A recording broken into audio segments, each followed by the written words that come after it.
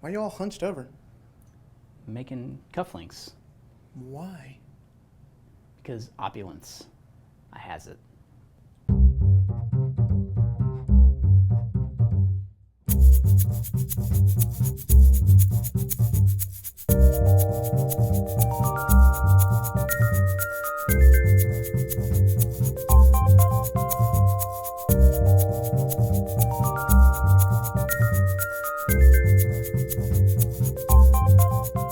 Welcome to Questions Over Coffee. Today, drinking Misty Valley again from our good friends at Avoca Coffee in Fort Worth, Texas.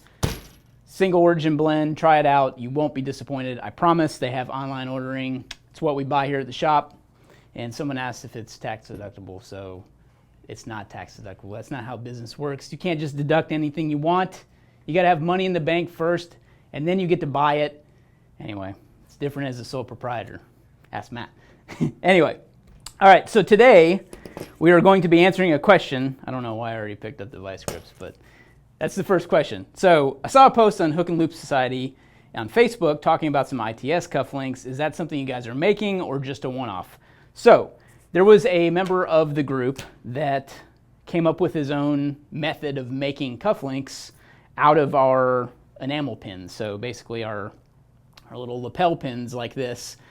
He took this backer off and he ground down the little stanchion and then glued on or epoxied on one of these blank cufflinks. So with these blanks, you can literally just epoxy them to the back and create your own cufflinks out of pretty much anything. So I thought it was a really cool idea, and I think his name was Dave, and he hit me up, or I hit him up and said, you know, hey, how'd you do that? Asked him some questions, and he said he'd send me some of these blank cufflinks. So very much appreciated, Dave. Thanks for sending these out. Allow us to do this little DIY on how to make them. So what I found the easiest to do is actually take vice grips or pliers and first kind of bend off what you can from the lapel pin stick part, I guess, or the pin itself.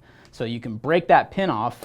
And then I found vice grips to be the easiest thing to do to grind off the back. So what you do is just kind of set your vice grips right on the edge of these,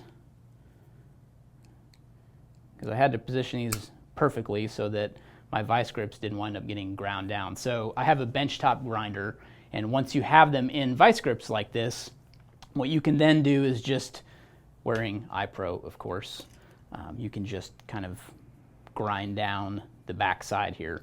And it's not really a big deal. I tried to cut down on the amount of scraping it was doing. You can see this one's not exactly perfect, and that's probably my worst one. Or actually, there's my worst one right there. But anyway, so what we're going to do is grind down that, so I'll show you how to do that on a benchtop grinder. This is how a benchtop grind. Grind, grind, grind. Zzz. I'm just gonna make the sound myself. Zzz. We forgot to record audio here. Zzz. All right, now that you heard me benchtop grind, hopefully you like that.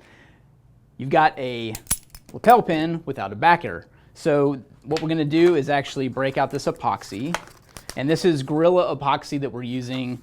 This is clear epoxy. That's really the only thing it says on here. So we'll link to this to make sure you guys know what the deal is and what we're using. So this package is actually the tray to mix in. So what it says to do here is break that off, and then you're going to squeeze. Why isn't the other one working?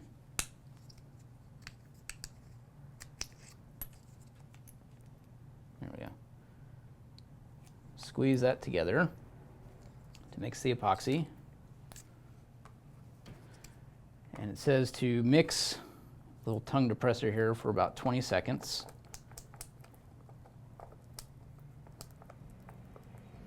Stuff smells wonderful, by the way.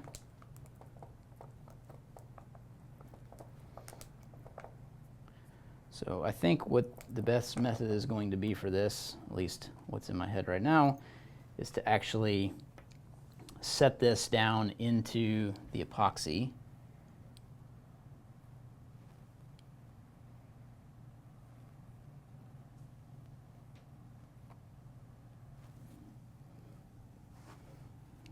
which direction the cufflink goes. I'm pretty sure it's this way. So they're kind of sliding around a little bit.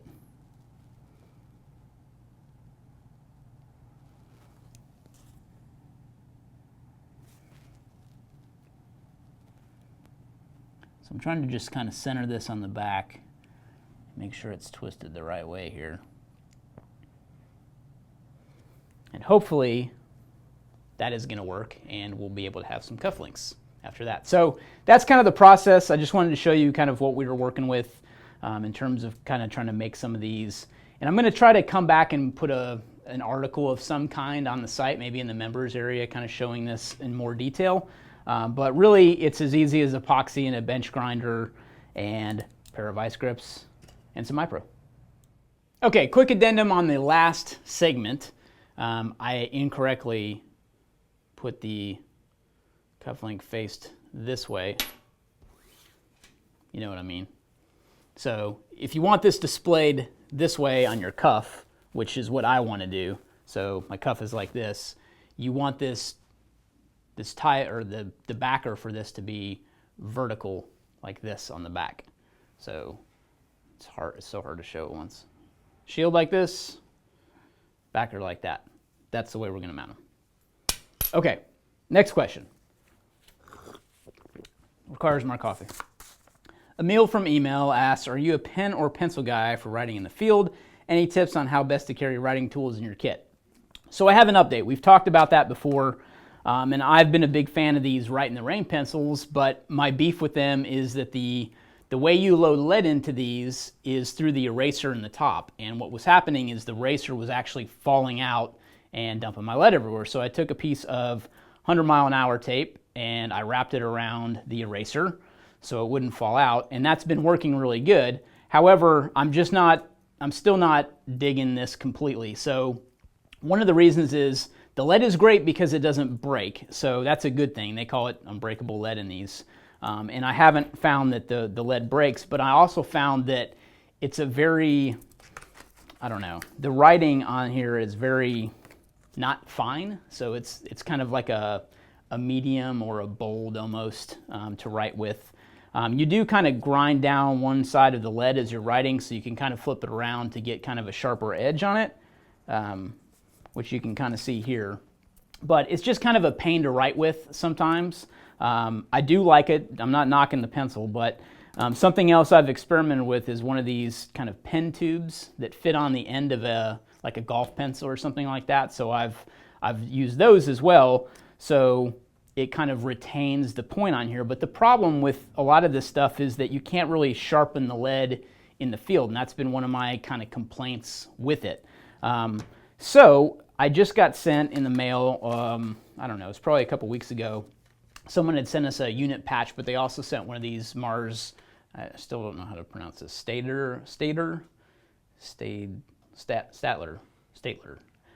One of those is probably right?